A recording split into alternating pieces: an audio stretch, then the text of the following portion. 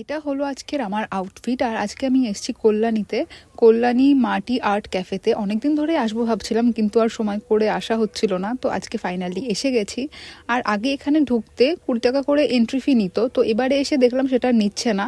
আর এই ক্যাফে বা রেস্টুরেন্টটা কল্যাণী স্টেডিয়ামের পাশেই। স্টেশন থেকে টোটো করে 3-4 মিনিট মতো সময় লাগে। তো ভেতরে এসে, এটা হচ্ছিল বাইরের অ্যাম্বিয়েন্স।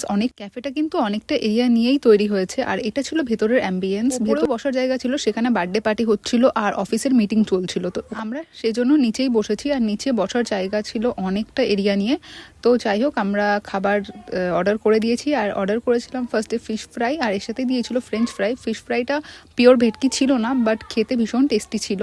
আর যেহেতু মাংস আমি খাই না, তো অর্ডার করেছিলাম এর সাথে নান আর মাশরুমের একটা বাটার মাশরুম বা এরকম কিছু একটা সবজি। আর মেয়েরা তো আয়না দেখলে একটু ঢং করা স্টার্ট করে দেয়, তো আমিও সেটা থেকে বাদ থাকি কেন, আমিও সেটাই করছিলাম। তার খাওয়া দাওয়া কমপ্লিট হয়ে যাওয়ার পর একটু বাইরে এসে ঘুরে ফিরে দেখছিলাম। আর শীতকালের বিকেল বেশ ভালোই লাগছিল বাইরে বসে থাকতে। তো এইভাবেই আমাদের দিনটা আজকে কাটলো।